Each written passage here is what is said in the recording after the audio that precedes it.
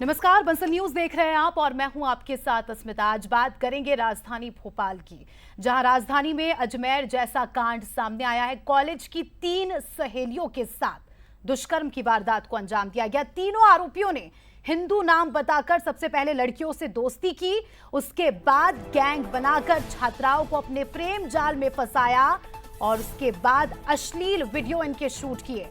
अश्लील video shoot कर इन्हें ब्लैकमेल किया गया और उसके बाद यह कहा गया कि अपनी सहेलियों को भी बुलाओ। सहेलियों से भी मिलवाने का दबाव इन छात्राओं पर बनवाया। धर्म बदलने के लिए भी इन पर दबाव बनाया, इनको प्रेशराइज किया और वीडियो वायरल करने की धमकी देकर बताया जा रहा है कि पैसे भी मांगे गए। पुलिस ने जांच के लिए एसआईटी गठित कर दी है। पुलिस ने 2 आरोपियों को भी गिरफ्तार किया है, जिनसे पूछताछ जारी है। आरोपियों का कोलकाता से भी कनेक्शन जुड़ा है। मोबाइल से कई लड़कियों के नंबर, इन आरोपियों के मोबाइल से कई लड़कियों के नंबर पुलिस ने बरामद किए हैं और हर एंगल से पुलिस इस पूरे मामले की जांच कर रही है।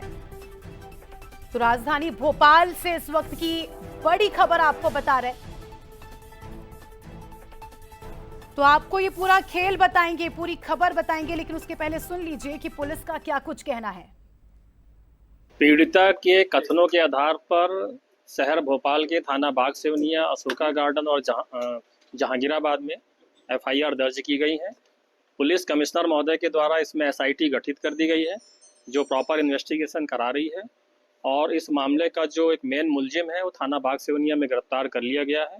एक दूसरा भी दूसरे थाने में गिरफ्तार हुआ है। शेष जो फरार हैं उनकी भी गिरफ्तारी के प्रयास जारी हैं। चलिए अब आपको पूरी खबर बताते हैं कि इस मामले की शुरुआत कहां से होती है। देखिए, दरअसल भोपाल में एक ही कॉलेज की 3 छात्राओं के साथ रेप होता है, दुष्कर्म होता है। रायसेन रोड स्थित एक प्राइवेट कॉलेज का ये पूरा मामला है। ये छात्राएं इसी प्राइवेट कॉलेज में पढ़ती थी। उसी दौरान इन तीनों के साथ दुष्कर्म किया जाता है और आरोप लगता है मुस्लिम छात्रों पर। बताया जा रहा है कि मुस्लिम छात्रों ने गिरोह बनाया और इन छात्राओं को फंसाया, अपने प्रेम जाल में फंसाकर इनके साथ दुष्कर्म किया, वीडियो बनाई और फिर ब्लैकमेल किया गया। तो देखिए, एक प्राइवेट कॉलेज का ये पूरा मामला। प्राइवेट कॉलेज की 3 छात्राएं जो सहेलियां बताई जा रही, इन्हें प्रेम जाल में फंसाया जाता है। उसके बाद इनके साथ दुष्कर्म कर उसका वीडियो बनाकर ब्लैकमेल किया जाता है। इसके साथ ही ये भी कहा जा रहा है कि छात्राओं को मांस खिलाया गया, गांजा पिलाने का भी आरोप इन 3 छात्रों पर लगा है। 16 अप्रैल को एक युवती ने शिकायत दर्ज कराई थी और शिकायत के बाद पूरे मामले का खुलासा हुआ। तो देखिए, एक कॉलेज, 3 छात्राएं, 3 लड़के इनसे दोस्ती करते हैं झूठ बोलकर, नाम बदलकर। अब आपको यह भी बताते हैं कि इस पूरे मामले का खुलासा कैसे हुआ और कैसे चलता था ये ब्लैकमेलिंग का खेल। ग्राफिक्स के जरिए आपको बताते हैं कि किस तरह से खेल खेला गया। देखिए, पहले एक लड़की से दोस्ती की जाती थी, फिर उसके बाद लड़की को अपने प्रेम जाल में फंसाया जाता था। लड़की को प्रेम प्रसंग में, प्रेम जाल में फंसाने के बाद उसके साथ संबंध बनाए गए और उसके बाद उसे ब्लैकमेल किया गया कि अपनी और सहेलियों को लाओ। अजमेर में देखिए, इस तरह का कांड हुआ था 1992 में और उसी की तरह भोपाल में हमें देखने को मिल रहा है, जहां लड़की को फंसाया गया, फिर उससे कहा गया कि अपनी सहेलियों को भी लाओ और फिर सहेलियों के साथ भी यही गेम खेला गया। उन्हें भी प्रेम प्रसंग में फंसाया गया और बाद में दुष्कर्म कर अश्लील वीडियो शूट किए गए और उसके बाद ब्लैकमेल किया गया।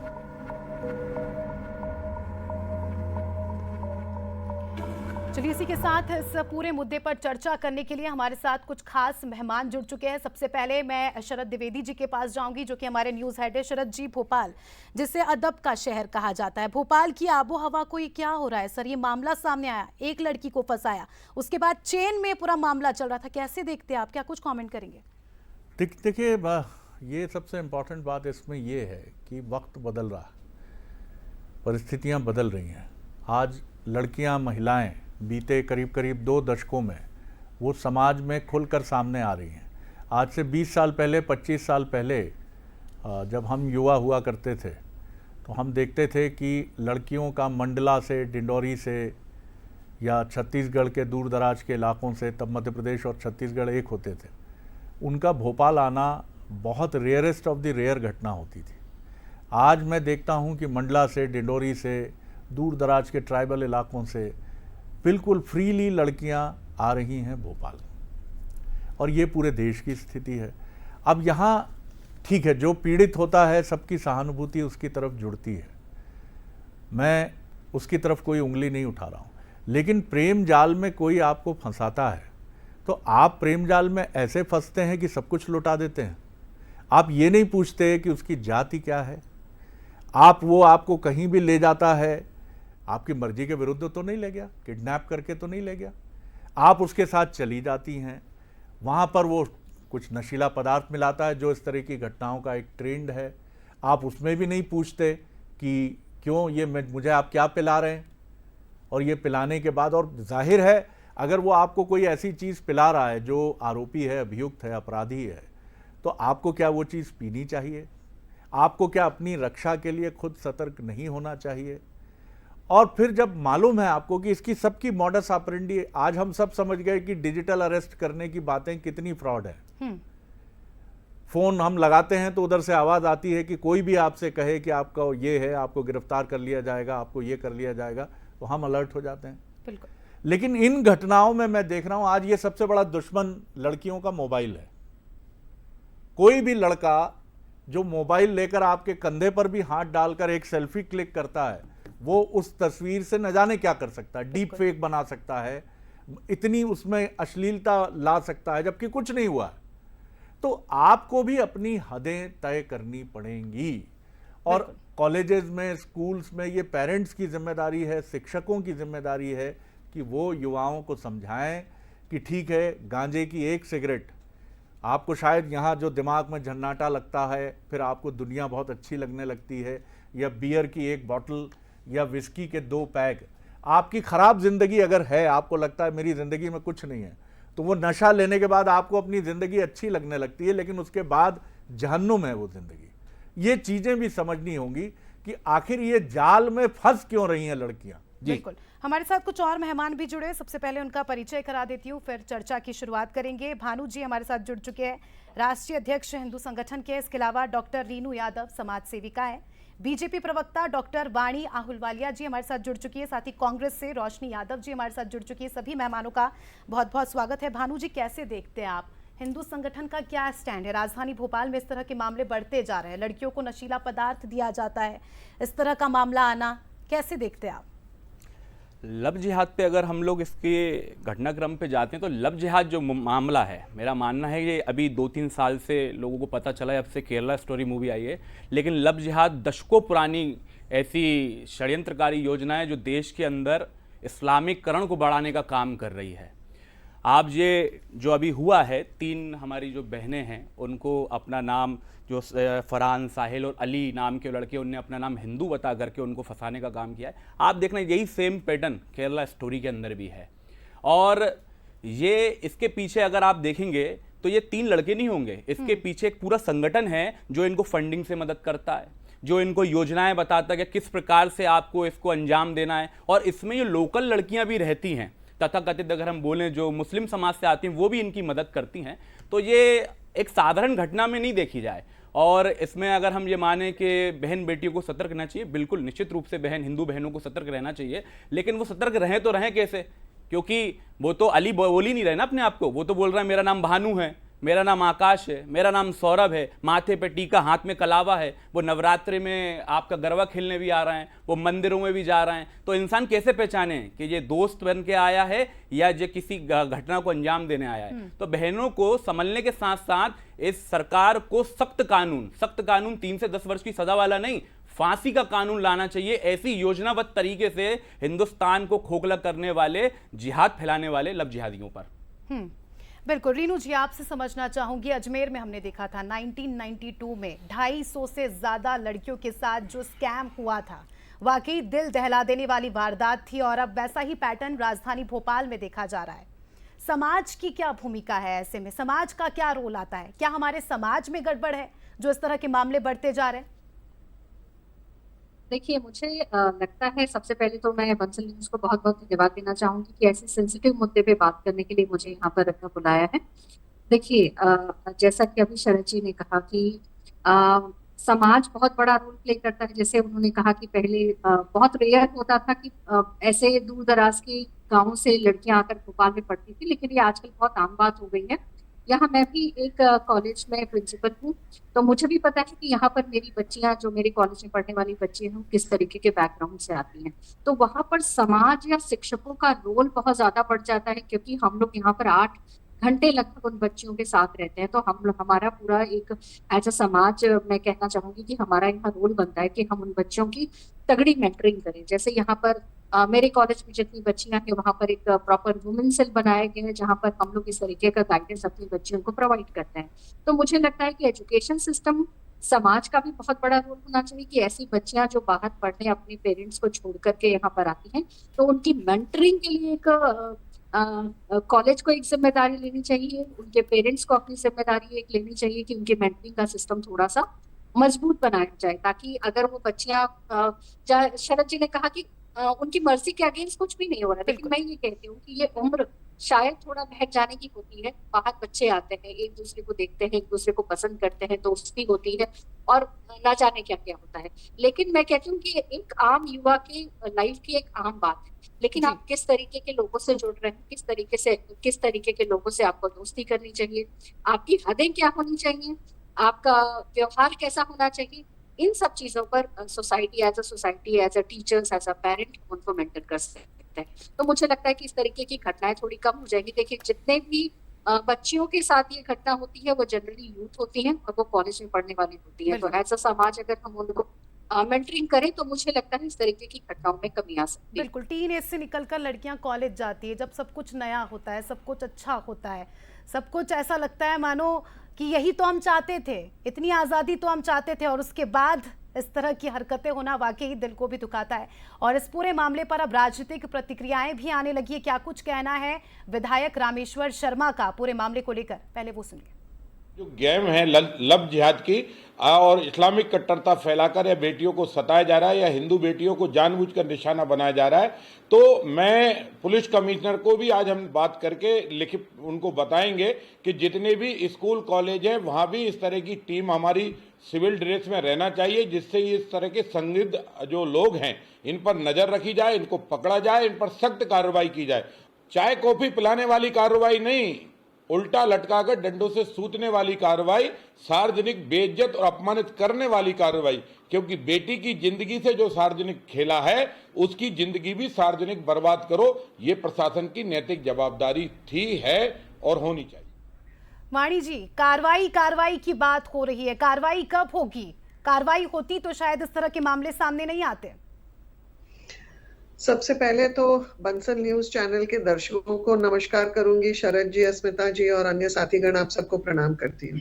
देखिए, ये बहुत संवेदनशील मुद्दा है, ये एक बहुत गंभीर मुद्दा है, और निश्चित रूप से जो भी कार्रवाई अभी तक करते आ रहे हैं, ये शायद उसमें और हमें कुछ और तीखा मिर्च ऐड करना पड़ेगा, जिसमें इतनी कठोर कार्रवाई हो कि जो ऐसी मानसिकता वाले लोग हैं उनकी रूह कांपे और अन्य लोगों को भी ऐसे पथ पर चलने से आगाह ही नहीं करें, उनको डर लगे, उनको कानूनी जो समीकरण होता है सरकार का उससे भय लगे। और अभी तक भोपाल के जो पुलिस महकमा है उसने काफी फटाफट राउंड अप किया है। ये कुछ आरोपियों को, कुछ जो फरार हैं उनको भी पकड़ा जाएगा। पर एक चीज बहुत स्पष्ट और साफ है कि ये एक संगठित अपराध है, ऑर्गेनाइज्ड क्राइम है, मोडस ऑपरेंडी बहुत स्पष्ट और साफ है।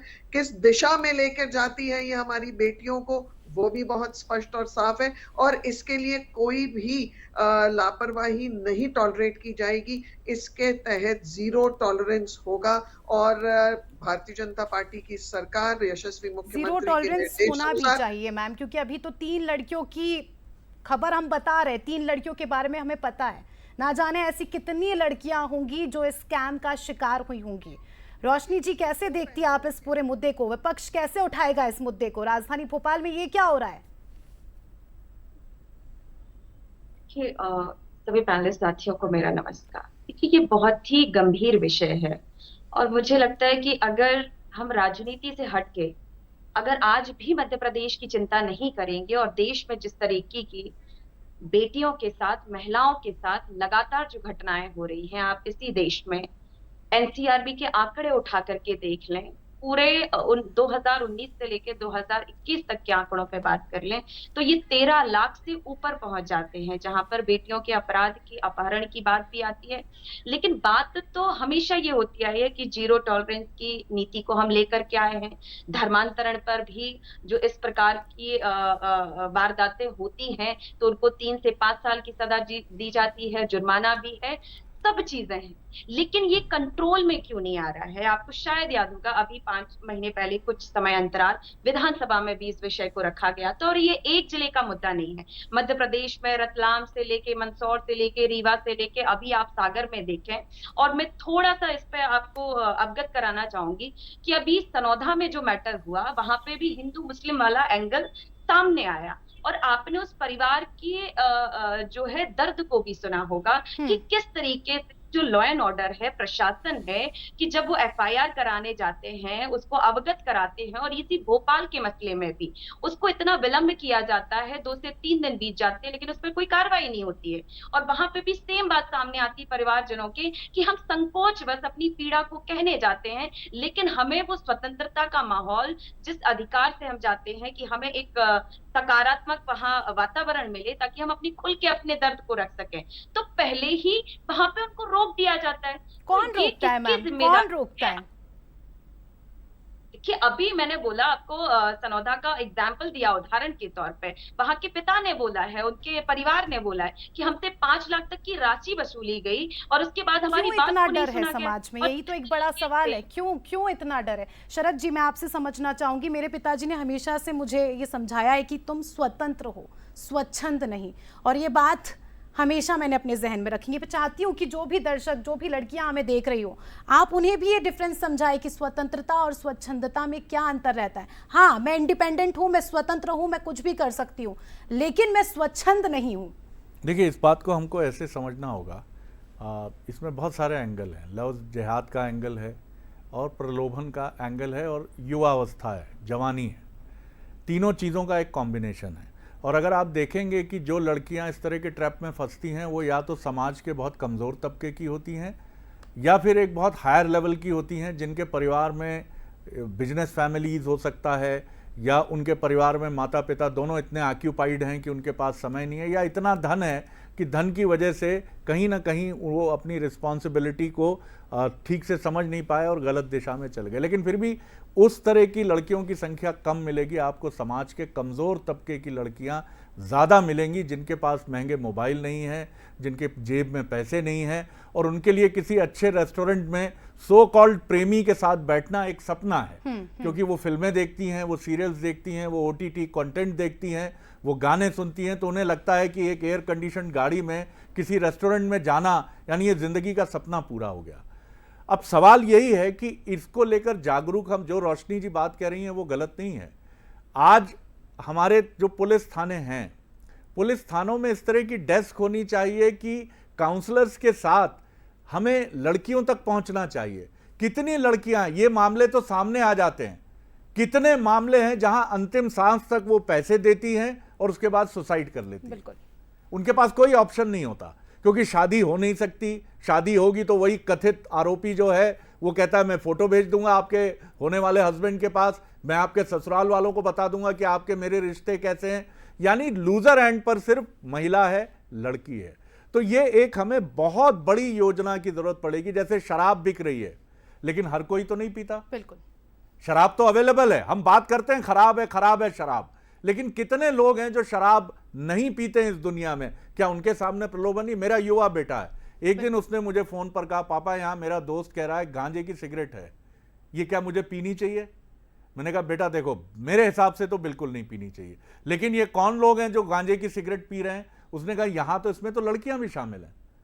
मैंने कहा कोई बात नहीं, हमें किसी के जीवन चरित्र पर टिप्पणी करने की जरूरत नहीं है, लेकिन ये 2025 है, अब कॉलेजेस में गांजा भी है। आप थोड़ी दूर चलते हैं, गुमटी में छिपी हुई बियर की बॉटल्स हैं, बिल्कुल मेरे ऑफिस से थोड़ी दूर पर, मैं नाम नहीं लूंगा उस जगह का, लेकिन वहां सिगरेट भी मिलती है और पेपर में लपेट के बॉटल भी मिलती है, और लड़के और लड़की दोनों आते हैं और पीते हैं। ये इसको हम नहीं रोक सकते कि 2025 तुम अपनी आधुनिकता को लपेट कर पीछे चले जाओ। बिल्कुल नहीं होगा। कोई लड़की जीन्स नहीं पहनेगी, कोई लड़की स्कर्ट नहीं पहनेगी, कोई लड़की शॉर्ट्स नहीं पहने। हम नहीं रोक सकते, इसको रोकना चाहिए भी नहीं। हमें चरित्र को उठाना चाहिए, चरित्र को मजबूत करना चाहिए। चरित्र की बात कही भानु जी, लगातार आप विरोध तो करते हैं, हिंदू संगठन विरोध तो करता है, लेकिन क्यों हमारी बेटियां रानी लक्ष्मीबाई जैसा नहीं सोच पाती?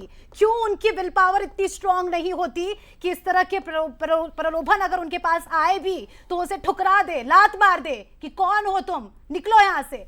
ऐसा स्ट्रांग विल पावर क्यों नहीं आता लड़कियों में?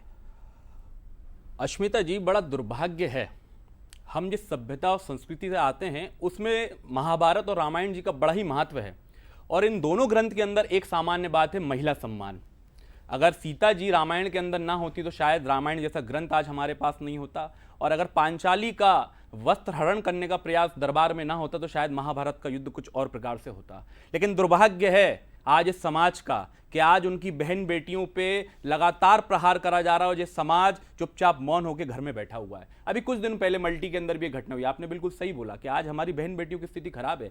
अभी एक 4 वर्षीय बच्ची का बलात्कार करके मार दिया जाता है और समाज मौन रहता है। बिल्कुल समाज की गलती है, और खासकर माँ बाप की गलती है जिनने अपनी बच्चियों को दुर्गा माता की तरह बनने के लिए प्रेरित नहीं करा, जिनने अपनी बच्चियों को रानी लक्ष्मीबाई की तरह बनने के लिए प्रेरित नहीं करा। उनने उनको कमजोर बना के घर में कैद कर दिया कि अगर तुम रोड पे जा रही हो, कोई मन चला तुमको छेड़े, कोई लव जिहाद का तुम्हारे साथ अगर कोई घटना घट रही हो तो किसी से बोलो मत, अपने भाई को भी मत बोलो, बोलोगी तो तुम्हारी इज्जत खराब हो जाएगी, तुम्हारे हमारे परिवार की इज्जत धूल में मिल जाएगी। इसी कारण आज बहन बेटियों की स्थिति यह हो गई है कि आज हिंदुस्तान के अंदर बहुसंख्यक हिंदुओं को अपनी बहन बेटी की आवाज उठाने के लिए न्यूज चैनल पर डिबेट करना पड़ रही है। यह दुर्भाग्य है समाज का। और अगर आज समाज नहीं जागा, लव जिहाद, फिर आप अपने पैसा जो कमा करके पहलगांव जाएंगे तो उधर आतंकी हमले, आपकी बच्चियां अगर स्कूल पढ़ने जाएंगी तो वहां पे इस्लामिक लोग उनको धर्मांतरण करने बैठे हैं, लगातार आप पे प्रहार हो रहा है। अगर ये देश का हिंदू नहीं जागा, ये देश का सनातनी नहीं जागा तो 2050 का भारत कुछ और होगा।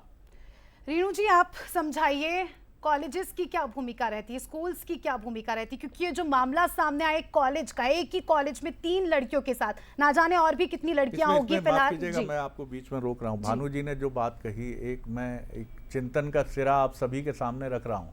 अभी पहलगाम की घटना के बाद मुस्लिम धर्म गुरुओं ने, जिनमें से कुछ ऐसे भी थे जिन पर हम बड़े सवाल उठाते रहे हैं अभी कुछ समय पहले तक, उन्होंने सब ने कहा कि न दफन किया जाएगा हिंदुस्तान की धरती पर ऐसे नापाक इरादे रखने वाले लोगों को। अगर उनकी मौत होती है तो उनको हिंदुस्तान की मिट्टी तक नहीं मिलेगी। अगर धर्मगुरु इस मसले पर सामने आए, दोनों तरफ के, बिल्कुल उधर से मौलवी सामने आए कि ये इस्लाम में कहीं नहीं लिखा, ये बहुत बड़ा अपराध है, इससे दूर रहें, ये ना करें, ये सामने आना चाहिए, जो कि इस्लाम का मूल तत्व होना ही चाहिए। कोई धर्म ये नहीं कहता कि धर्म परिवर्तन करके इस तरह से करने से आगे बढ़ता है। इसमें हिंदू और मुस्लिम धर्मगुरु सामने आए, अपील करें, नहीं तो ये दोनों समुदायों के बीच भी तनाव का एक कारण हमेशा बनता रहा है। बिल्कुल सर, और बिचौलिए लोग रहते हैं जिनका अपना स्वयं का स्वार्थ रहता है और वो इसका फायदा उठाते रहते हैं। रीनू जी, मैं आपसे यही समझना चाह रही थी कि स्कूल और कॉलेजेस की क्या भूमिका रहती है? लड़कियां कॉलेज में पढ़ रही थी, यानी इतनी समझ तो होगी कि क्या हो रहा है उनके साथ। क्या हम ये कह सकते हैं कि ये इंस्टीट्यूट्स का फेलियर है कि वो अपने बच्चों को इतना सशक्त ही नहीं बना पा रहा है कि वो अपना स्टैंड ले और इस तरह से फंस जाए? लगता है उन तक आवाज नहीं पहुंच रही है। अस्मिता, आप किसी और का कमेंट ले सकती हैं। जी, हमारे साथ जी जी जी जी मैम, कंटिन्यू। जी, मुझे लगता है कि स्कूल और कॉलेज दोनों ही बहुत बड़ा रोल प्ले करते हैं किसी भी फीमेल की मेंटल बिल्डअप में। मुझे ऐसा लगता है कि जैसे स्कूल में मेरी बच्ची पढ़ती है तो आज उसको उसके स्कूल में गुड टच, बैड टच, ये सारी चीजें सिखाई जाती हैं और वो वहीं से सीख कर आती है। और मुझे लगता है कि मुझे एफर्ट्स कम लगाने पड़ते हैं अपनी बच्ची को वो चीज समझाने के लिए। तो मुझे लगता है स्कूल ने उसको एक ऐसा इन्वायरमेंट दिया कि वो आज अपना अच्छा और बुरा समझ सकती है और वो मेरे साथ बैठकर इन सब बातों पे चर्चा करती है। तो एक कोलैबोरेटिव एटमॉस्फेयर क्रिएट होता है फैमिली के अंदर कि वो खुलकर अपनी मम्मी या अपने पापा से, अपने टीचर से ये सारी बातें शेयर कर सकती है। उसी तरीके से जब हम लोग कॉलेज में आते हैं, कॉलेज में बच्चे अपने पेरेंट्स को छोड़कर यहाँ पर आ रहे हैं, यहाँ पर टीचर्स ही उनके पेरेंट्स का रोल प्ले कर रहे हैं। तो मुझे ऐसा लगता है कि एज अ सोसाइटी और एज अ गवर्नमेंट हमें यहाँ पर मिलकर काम करने की जरूरत है। गवर्नमेंट कुछ ऐसी पॉलिसीज कॉलेजेस पे इम्पोर्ट कर सकता है कि भाई एक आप अपने यहाँ पर वुमेन सेल क्रिएट करें, और वो गवर्नमेंट के कोलैबोरेशन में होगी। उसमें पुलिस के भी मेंबर्स होंगे, उसमें पुलिस की महिला अधिकारी का भी कोलैबोरेशन होगा, और इस तरीके से हर कॉलेज में एक सेल का फॉर्मेशन होना जरूरी है। और वो कॉलेज अपने यहाँ की जितनी सारी बच्चियां हैं उनमें टाइम टाइम पर अवेयरनेस कैंपेन चलाएगी इस तरीके के मुद्दों पे लेकर कि भाई जब भी आपके साथ कोई कुछ भी गलत घटना घटती है विद इन द कॉलेज या आउटसाइड ऑफ द कैंपस, कोई भी घटना घटती है तो वो आके कॉलेज के संज्ञान में डाले, और कॉलेज उसको पहले तो अपने लेवल जी। पे सॉर्ट करने की कोशिश करे अगर घटना का नेचर बिल्कुल, देखते हुए। बहुत जरूरी और है अगर मैम वो इस घटना चीज पर वहां बात से करने बाहर की, जाए सेक्स तो पुलिस एजुकेशन पर को बात खबर करने की, पहुंचनी चाहिए। लड़कियों को असल मायनों में सिखाने की कि आप इंडिपेंडेंट किन मायनों में हो, आप इंडिपेंडेंट जब खुद को कहती हो तो किन मायनों में कहती हो। वीणा जी आपके पास आऊंगी, वाणी जी माफ कीजिएगा। बेशक राजधानी में खूब विकास हो रहा है, बड़े बड़े फ्लाईओवर्स बन रहे हैं, लेकिन कहते हैं हर सिक्के के दो पहलू होते हैं, और ये जो दूसरा पहलू हम देख रहे हैं जिस पर हम चर्चा कर रहे हैं वाकई चिंताजनक विषय है मैम। देखिए, हम जैसे जैसे विकास कर रहे हैं तो कई प्रकार की विसंगतियां भी साथ में लेकर हम आगे बढ़ रहे हैं, परंतु हमें मूल जो हमारी रचना है, हमारे संस्कारों का जो आधार है, हमें कुटुंब प्रबोधन पर घर पे ध्यान देना चाहिए। संयुक्त परिवारों के अंदर जो एक समन्वय बैठता है उसके ऊपर ध्यान देना चाहिए। स्कूल्स कॉलेजेस में इसकी आधारशिला होनी चाहिए और सख्त कानून होना चाहिए। तो ठीक ये है। समाज रोशनी जी आपसे भी एक क्लोजिंग स्टेटमेंट चाहूंगी, आप भी एक महिला है, सशक्त महिलाएं हैं, आपको भी हजारों लड़कियां देख रही होंगी अभी, क्या कुछ कहेंगी आप? देखिए, हमारी प्राथमिकता यही है कि अब सरकार को इस मामले पर गंभीर हो जाना चाहिए, और एक विपक्ष के नाते और महिला के नाते एक स्ट्रॉन्ग जो है सेल गठन करना चाहिए, ताकि महिलाएं कहीं भी पहुंचे, जब वो थाने में एफआईआर के लिए पहुंचती हैं वहां उन्हें एक स्वतंत्र जोन मिले अपनी बात कहने के लिए।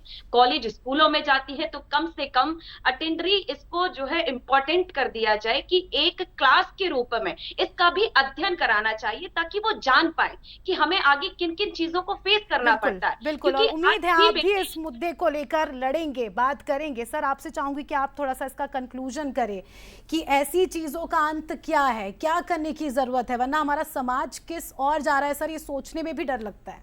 एक कुछ समय पहले एक फिल्म आई थी पिंक, और उसका एक बड़ा चर्चित डायलॉग था ना कहना सीखना होगा।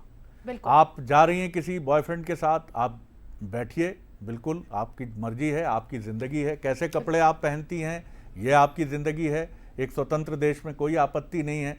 लेकिन आप ये ज़रूर पूछिए, ये समझने की कोशिश करिए, ये समझ डेवलप करिए। 16 से 25 साल की जितनी लड़कियां इस समय कार्यक्रम देख रही हैं, वो उन्हें ये अवेयरनेस उनको लानी पड़ेगी, उनके पेरेंट्स के ज़रिए, उनके भाई, उनकी बहन के ज़रिए, कि ये कोल्ड ड्रिंक मैं रात को 9 बजे पी रही हूँ तो इसमें कुछ मिला तो नहीं होगा। बिल्कुल। और इसके बाद ये मैं यहाँ, मेरे पेरेंट्स नहीं हैं, मैं मंडला से आई हूँ, मैं डिंडोरी से आई हूँ, मैं गुना से आई हूँ, कहीं ऐसा तो नहीं इसके बाद ये गाड़ी में डालकर मुझे किसी दूसरी जगह ले जाएगा जहाँ मेरे वीडियोज़ बनेंगे।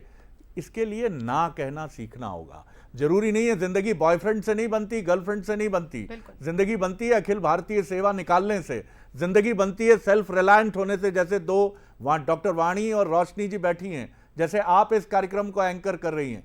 हमें अपनी पर्सनैलिटी को बनाना है पहले, फिर जिंदगी बनिए। शादी एक अच्छा ऑप्शन है, शादी नहीं करना चाहते, नो इश्यूज। डिग्निटी से लिव इन के ऑप्शंस भी होते हैं, मैं कहने वाला कोई नहीं हूं, लेकिन मैं आपकी जिंदगी में दखल देने वाला भी कोई नहीं हूं, इसलिए मैं ये बात कह रहा हूं। लेकिन अगर आप अपनी जिंदगी को चौराहे पे ले आएंगे, कचरा बना देंगे, तो माफ कीजिएगा कोई रास्ता नहीं होगा। और बंसल न्यूज की भी यही मुहिम है। बंसल न्यूज भी इस तरह के मुद्दों पर लगातार बातचीत करता है, चर्चा करता है, जो समाज को आईना दिखाती है। और इसी के साथ हमारे खास कार्यक्रम में फिलहाल इतना ही। सभी मेहमानों का बहुत बहुत शुक्रिया, आप हमारे साथ जुड़े और चर्चा में शामिल हुए। नमस्कार।